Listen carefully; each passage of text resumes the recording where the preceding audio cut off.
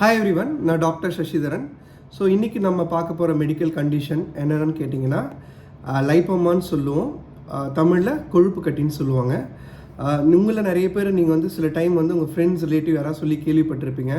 இந்த கையில் வந்து கையோ காலோ குண்டு குண்டாக முட்டை முட்டைலாம் கட்டி மாதிரி இருக்குது, இது எப்போ வந்துச்சுன்னே தெரியல. சில பேர் சொல்லுவாங்க சின்ன குழந்தையிலேருந்து இந்த கொழுப்பு கட்டின்னு சொல்கிறாங்க எல்லாரும். சில பேருக்கு வந்து திடீர்னு வந்திருக்கும், ஒரு பீரியட் ஆஃப் டைமில் தான் என்னடா இது ஒரு கட்டி மாதிரி வருது அப்படின்னு நினச்சிருப்பீங்க. அது மேஜராக எந்த லெவலில் இருக்குது பார்த்தீங்கன்னா உங்களுடைய ஸ்கின்னுக்கு கீழே இருக்கும். ஸோ பேர் கொழுப்பு கட்டின்றதுனால அது வந்து நீங்கள் நிறைய கொழுப்பு சாப்பிட்றதுனால வர கட்டி அப்படின்னு நீங்கள் நினச்சிக்காதீங்க. அது ரொம்ப டிஃப்ரெண்ட்டான ஒரு கான்செப்ட்டு. ஸோ கொழுப்பு கட்டி வந்து ஃபேட்னால தான் வருது. அந்த கொழுப்பு வந்து ஸ்கின்னு கீழே இருக்கிற லேயரில் தங்குறதுனால வர கட்டி தான் அடிப்போசைட் சொல்லுவாங்க, அதை ஃபேட் சொல்லுவாங்க. ஸோ அது வந்து ஸ்கின்னு கீழே இருக்கிற சப்குட்டினியஸ் டிஷ்யூவில் எக்ஸ்ட்ராவாக வளர்ந்து தங்கக்குள்ளே வந்து அது வந்து லைப்போமான்னு சொல்லுவோம். பட் நீங்கள் அதிகமாக ஃபேட் எடுத்துக்கிறதுனால தான் கொழுப்பு கட்டி ஃபார்ம் ஆகுதா கேட்டிங்கன்னா இல்லை. மேஜரான ரீசன் எதனால் கேட்டிங்கன்னா நிறைய டைப் வந்து ஹெரிடிட்டரி சொல்லுவாங்க. மரபணு வழியாக ஒரு தலைமுறையிலேருந்து இன்னொரு தலைமுறைக்கும் கொஞ்சம் பரவலாக இருக்கும். இன்னொரு கண்டிஷன் என்ன கேட்டிங்கன்னா ஸ்பொராடிக் சொல்லுவாங்க. ஸ்பொராடிக்னா ரேண்டமாக யாருக்கு வேணால் வரலாம் கொழுப்பு கட்டி. அது எதனாலும் கிளியர் கட்டாக நம்ம சொல்ல முடியாது. பட் வந்ததுக்கப்புறம் அது வந்து நம்ம என்ன பண்ணலாம், உங்களுக்கு நிறைய டவுட் இருக்கும். இந்த கட்டி சைஸ் பெருசாக வளருமோ, இல்லை அது கேன்சர் கட்டியாக மாறுமோ அப்படின்ற நிறைய சந்தேகம் இருக்கும். அதுதான் நான் கிளியர் பண்ண போகிறேன். So 99.9% majority of the time இந்த கொழுப்பு கட்டி எல்லாமே பினைன் சொல்லுவாங்க. பினைன்னா எந்த ஒரு தொந்தரவும் உங்களுக்கு காசு பண்ணாது. ஆக்சுவலாக உடம்புல நிறைய இடத்துல அந்த கட்டி வரலாம், கை கால் சில டைம் முகத்தில் கூட வரலாம்.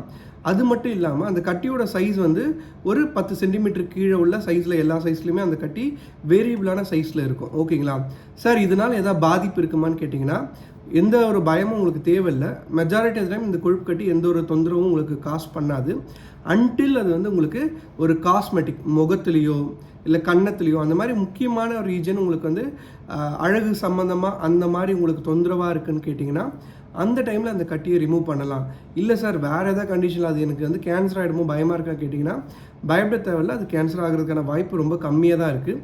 சரி சார், அது எப்போல்லாம் வந்து கேன்சர் ஆக வாய்ப்பு இருக்குது, அந்த மாதிரி எதாவது பெருசாக ப்ராப்ளம் ஆகக்கூடிய வாய்ப்பு இருக்கான்னு கேட்டிங்கன்னா உங்களுடைய கொழுப்பு கட்டி வந்து சைஸ் ரொம்ப ஃபாஸ்ட்டாக வேகமாக சைஸ் வந்து இன்க்ரீஸ் ஆகுது அந்த மாதிரி இருக்கக்குள்ளேயோ, அப்படி இல்லாமல் அந்த கொழுப்பு கட்டியில் வந்து வலி பெயின் ரொம்ப அதிகம், முன்னெல்லாம் வலி இல்லை இப்போ ரொம்ப வலி அதிகமாக இருக்குது அந்த மாதிரி நீங்கள் ஃபீல் பண்ணாலும் நீங்கள் வந்து உங்கள் டாக்டரை போய் இமீடியட்டாக பார்க்குற மாதிரி இருக்கும்.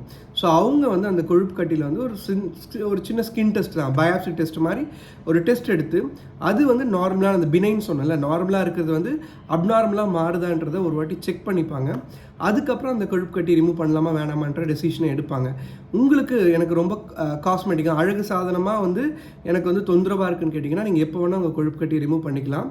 அது இல்லாத பட்சத்தில் வேறு என்ன இண்டிகேஷன் கேட்டிங்கன்னா ஆப்ரேஷனுக்கான இண்டிகேஷன் நான் சொன்ன மாதிரி வலி ரொம்ப அதிகமாக இருக்குது, சைஸ் ரொம்ப அதிகமாக வேகமாக வளருது, அதுக்கப்புறம் 10 சென்டிமீட்டருக்கு மேலே இருக்குன்னா நீங்கள் வந்து ஒரு சின்ன ஒரு சர்ஜரி மூலியமாக அந்த சப்குட்டின் ஏதாவது ஸ்கின்னுக்கு தோலுக்கு கீழே இருக்கிற லேயரில் அந்த கொழுப்பு கட்டியை மட்டும் ரிமூவ் பண்ணிவிடுவாங்க. அது கேப்சூலோடு ரிமூவ் பண்ணி எடுத்ததுக்கப்புறம் ரெக்கரன்ஸ்க்கான சான்ஸ் கொஞ்சம் கம்மியாக தான் இருக்கும். ஸோ உங்களுக்கு யாருக்கா இந்த மாதிரி கொழுப்பு கட்டி இருக்குது, எனக்கு என்ன பண்ணணும்னு தெரியல அப்படின்னு நினச்சிங்கன்னா இது ரொம்ப யூஸ்ஃபுல்லாக இருக்கும்னு நினைக்கிறேன். வேறு ஏதாவது இந்த கொழுப்பு கட்டி சம்மந்தமாக நீங்கள் எதாவது டிஸ்கஸ் பண்ணணும்னு நினச்சிங்கன்னா கமெண்ட் பாக்ஸில் மென்ஷன் பண்ணலாம். So until then bye from doctor Sasitharan.